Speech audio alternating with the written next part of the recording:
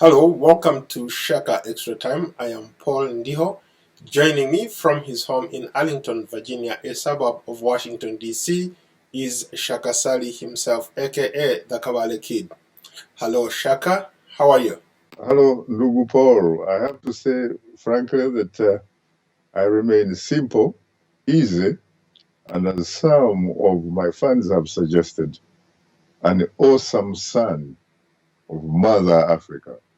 There's still a lot of a mixed reaction coming out of Tanzania. It looks like the late President John Pombe Magufuli had a lot of fans, people who wished him well, but they're saddened that he's gone too soon. The new president, Samia Suluhu Hassan, was sworn in on March 19th, but to this day, there are a lot of people who are still sending their condolences, saying that this was a man who in their words, has gone too soon. You are talking about a president who left behind very huge shoes to fill, especially because he was a populist, and there is a lot of evidence on the ground to boot that in fact he was very popular among the ordinary Tanzanians. But there is also a lot of evidence among the type of people that the new president might need in order to chart her course, whether she decides to do more of the same or whether to, in fact, take a totally different course. She will need the middle class of Tanzania in order to make sure that she institutionalizes her policies. I think part of the problem of the late president, Dr. John Pombe Magufuli, critics say, was that he seemed to be a very strong individual, and as such, he basically wanted the things done yesterday without necessarily selling them to the vast majority of the individuals that would help him to institutionalize those type of policies. So I think that when it comes to the new president, Samia Suluhu Hassan, her work is certainly cut out for her. And especially you are talking about also being the first female president, chief executive of Tanzania. One could also, of course, add that she actually makes history in the sense that she is the first chief executive of a nation in the eastern part of Africa. Tanzania, of course, also made history back in 1961 as the first British territory to win independence from that region. So it is interesting that once again, it actually makes history in 2021 for being the first country which used to be a British territory to actually have a female president. You make a very good point there. There are a lot of people who said that Tanzania changed significantly under President John Pombe Magufuli after succeeding President Jakaya Kikwete in 2015. Magufuli, of course, was on a swift to crack down on corruption, the exploitation of investors, earning him the nickname the bulldozer. Could that be the thing that gave him the popularity that he has gained over the years? To some degree, yes, because he clearly presented himself and to some degree operated as a man of the people. Not exactly the novel written by the late great Nigerian African writer Chinua Achebe, man of the people, but literally a man of the people. He cared for the small guy. He, for example, made sure that the small guy had attention. And the small guy, to a large extent, had services. We're talking about, for example, the medical care system of Tanzania. We're talking about making the ordinary person begin to reflect some smile on his or her face. The problem is that some critics suggested that even though he may have in fact come up with some very good ideas, very good ideas that could have actually ended up as very good, if not great policies, he failed to institutionalize them. He basically was like a lone ranger. And that was part of the problem because he alienated, for example, the civil service.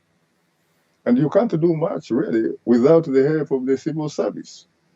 So I think that he actually failed to sell his ideas or policies and bring on board the civil service that he needed in order to deliver for the small guy. What does President Samia, or commonly called Mama Samia, need to do at this point, maybe to bring back those people that President Magufuli had alienated to better serve the people of Tanzania? You know, her work is definitely cut out for her. She was in a position, obviously, where she observed. She was in a position where decisions were being made. Some suggest that without, in fact, being consulted. Uh-huh. But she obviously was in a position as the number 2 person to oversee some of those decisions that had been made by her boss. There are so many expectations about her, and some of these expectations are probably, or maybe probably, hugely exaggerated. There are some people, and a lot of them, who wish her very, very well. And there are obviously some doubting Thomases who don't think that a female president could possibly fill the shoes of the late Dr. John Joseph Pombe Magufuli. But to your point, I've heard a lot of people who have said that she's arguably one of the most underestimated people, but perhaps more lethal. She's actually been eyeing for this seat for a very long time. When you look at what she's been able to do over the years, there's no doubt that she will make a great president. You know, you have a point, especially when you refer to some of those doubting Thomases, some of those people who you say underestimate her. They could very well end up underestimating her at their own peril. Why do I say that? I say that because history is full of those surprises. In the same region, you had, for example, the late former Kenyan president, Daniel Toroitich arap Moi, a man who governed Kenya, some might say ruled Kenya, for at least 24 years. This was a man who had actually been picked by the founding president, Jomo Kenyatta, to be his number 2 man, largely because pundits say he was malleable. He was not the kind of guy that Kenyatta expected any political threat or challenges from. But guess what? This malleable man, who later was to be characterized by a man who had earlier occupied the same position as a founding vice president of Kenya, the late Jaramogi Oginga Odinga, father of the great Kenyan opposition doyen, Raila Odinga. He once looked at President Moi and said, considering his height, Moi was a reasonably tall man. And he said, you know, you look as tall as a giraffe. I guess that's the reason why you can in fact see very, very far. Later, it turns out that in fact it was true, that Moi could very well have been a visionary, because Moi was able to see very, very far, much longer, definitely, than a lot of his colleague chiefs of states in the region, perhaps on the continent. Not only did he serve 24 years in Right. that position, but mind you, he also made sure that he presided over a peaceful transition from himself to the man that succeeded him, Emilio Mwai Kibaki, a man who had earlier been his vice president for about 10 years. And the man left Kenya peaceful, whether pundits accept it or not. He definitely left Kenya in a manner that one could arguably say peaceful and stable. So those who underestimate others, sometimes they end up, in fact, doing it on their own peril. Very, very interesting. But how about people who say, for example, that President Samia cannot escape some of the criticism leveled against her former boss because she was part of the administration? For example, Tanzania has one of the fastest growing economies in the region, but business has struggled to flourish under high taxation and strict regulation. Uh, because of President Magufuli's populist approach. That once he got in, he flipped things around, and so things have been not good on that end. Yes, it is true that there are certain things that she has to reorganize, and there are other things that she may have to leave behind and move on. Because you see, sometimes they say that you don't really spend your moments mourning about your past. You look forward, you turn a page. If you look at some of her newly picked cabinet members, some experts say that you may actually begin to see how her mind works. For example, let me talk a little bit about the person that I had the privilege and the honor to meet and interact with on Straight Talk Africa several times. This is her current foreign minister. You're talking about Liberator Mulamula. Mhm. She is the type of person that is a seasoned international diplomat. She's the type of person that you would expect to restore Tanzania's diplomatic dignity. She is the type of person, I am sure, was chosen precisely because she could, in fact, bring back Tanzania in the international community to such an extent that it can regain, some would say, its diplomatic respect and can begin to encourage some of those businesses that had found it very, very difficult to function in the United Republic of Tanzania, so that they could, in fact, be given the incentives to come back and do business as usual.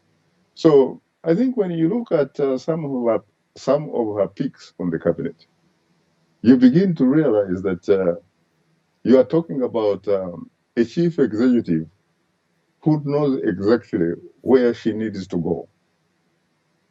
Let's go to some comments here. Since last week's show, where you had two guests, Tundu Lisu and Professor Pierre Lumumba, we've had a lot of reaction talking about the politics of Tanzania. Perhaps let's go to one of the comments here. Let's go to Rainy Ebert, who says, many thanks to Lisu for speaking truth to power and having the courage to stand up to the corrupt government of Tanzania. in a way, he says that Magufuli's attitude towards a clampdown on a free press, human rights, and democracy, that did not make him a Democrat. But Tindalusu pointed all that out and said that this guy was no hero or no Democrat. In fairness to the late president of Tanzania, Dr. John Joseph Pombe Magufuli, I never actually heard him, for example, allege or say that he was a Democrat.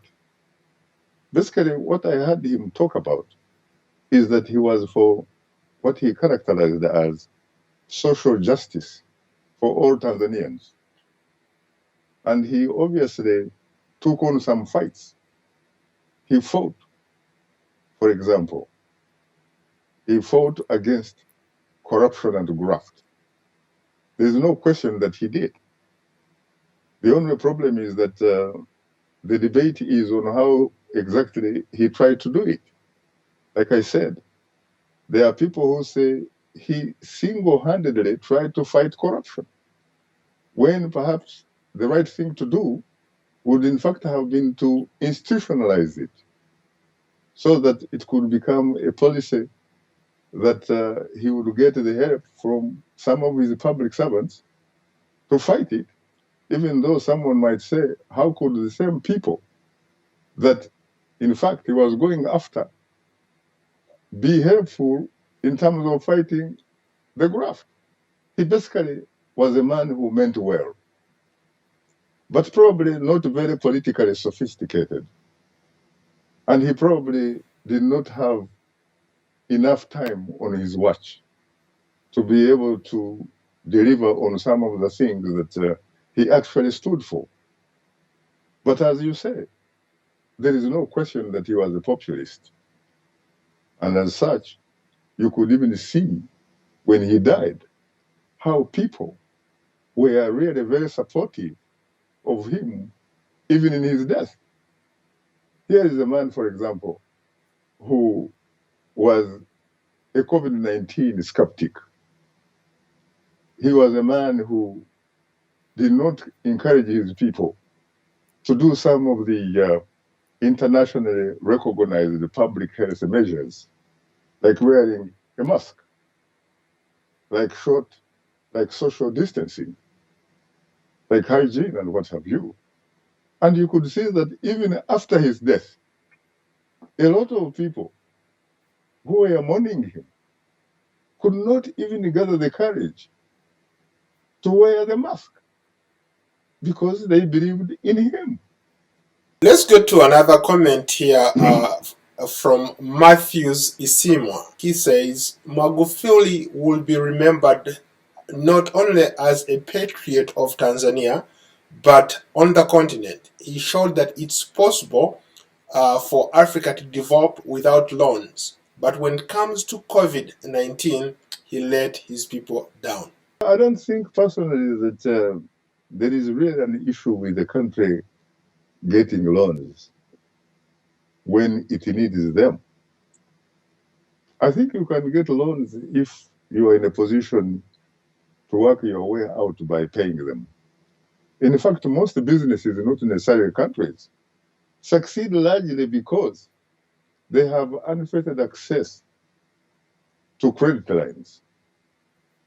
Because without credit lines, really, where are you going to get the funds to invest in business? So I think that he was a patriot, no question about it. But being a patriot does not necessarily translate into not making mistakes. And sometimes mistakes, in fact, that could be fatal for your country. I think that he was a patriot. And I also think from the little I know about him, he must have been a man who meant very, very, very well. But again, I would agree that when it came to COVID-19, this was really a problem. It is a problem, I think, that reflects misery on a lot of faces in Tanzania, including, for example, a face of the relatives of my friend, the man that used to win the elections for the Zanzibari presidency, but the ruling party, Chama cha Mapinduzi, would basically declare victory and move on. And here I am talking about Marim Saif Sharif Hamadi. This man was killed by COVID-19. And the last time I checked, the late Tanzanian president, Dr. John Joseph Pombe Magufuli, had declared that there was no such a thing as COVID-19 in Tanzania, even though, ironically, at least according to Tundu Lissu, it may in fact have ended up claiming his life. Well, at least as far as the government is concerned, he didn't die of COVID-19. He died of a other heart complications, not COVID-19. But you are right. That is why I attributed that statement to Tundu Lissu. Tundu Lissu happens to be a lawyer, by the way. And I remember when I asked him about whether or not he had incontrovertible evidence, not liable to falter, he said yes. Let's go to Irene Mweba. She says, now that we have a new president, President Samia, will she bring real change to Tanzania, or it's going to be more of the same? Irene, I hate to disappoint you, but I am not a political prophet. And therefore, I don't honestly think that I would be in a position to answer that question that seems to be a $1 million question. But it seems to me that the new president is intelligent, reasonable, is a smart politician who has so far worked her way through the ranks up to the top. I think that she is the kind of person that you expect to work with Tanzanians, including yourself, Irene, if you are Tanzanian, so that you can make a huge difference to your society. I certainly expect better results from the new president. And mind you, it's quite possible because, after all, she has the opportunity, for example, to learn from the mistakes that were committed by her former boss. And therefore, she is in a position, in fact, where she stands on the shoulders of her predecessor in order to have the opportunity to see a little bit further for her country and for her people. Shaka, how about people who said that for Tanzania to heal, for the people to heal, President Samia Suluhu Hassan needs to break away from Magufuli's policies? I don't know if that will work, considering that the party has a say when it comes to most of those things happening in Tanzania. She is in a position where not many people really would envy her, because her work is really cut out for her. She has to figure out how to balance the interests, for example, of the vast majority of ordinary Tanzanians who basically supported, some would say, worship her predecessor, but also make sure that she reassures the other segment of Tanzanians that, yes, there are things that will probably have to be done in the same way, especially like fighting against corruption and graft, but that there are also other things that might need to change. Let's shift our attention to West Africa in Niger. We had another transition there, at least for the first time in the history of that country. They had a peaceful transfer of power. We have a new president called Mohamed Bazoum. He was sworn in as president after a failed coup, by the way. There was a democratic transition between one individual of the ruling party and the other individual who represents the same political party. I think transitions are no longer an aberration on the African continent. They seem to be becoming the political norm. But I hope that we'll probably get more transitions that reflect, for example, a country like the Republic of Ghana, where not only do you have one individual making a transition to another individual, but in fact, you have an individual representing, for example, the ruling party,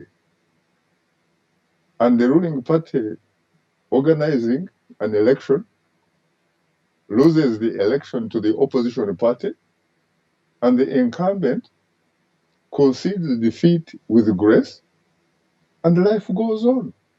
What does it really take for you to look at things that you've done, things that you've been able to accomplish uh, in the years that you've served, and say, maybe I've had enough? What does it take for some of these leaders to recognize that? Because short of that, they're going to lose everything. I remember studying about politics and coming upon some interesting explanation. And this explanation was that apparently no society gets a leadership that it desires. Rather, what you actually get is a leadership that you deserve. Because whoever is your leader, whether he is the type of person who calls themselves revolutionary, whether he is the type of person who calls himself a messiah, whether he is the type of person who calls himself the brother leader, that particular individual, by the way, is a reflection of the total sum of what your society is. That particular individual is not alien to your society. He is among us. And so at the end of the day, the only antidote, at least in my view, is about the average African benefiting from a civics lesson, whereby the people essentially become socially and politically conscious, become socially and politically aware of what their rights are. And once they know what their rights are, then they are in a position to assert them. Citizenship comes with a responsibility. It means that you have to assert your citizen rights because, in fact, you have constitutional rights.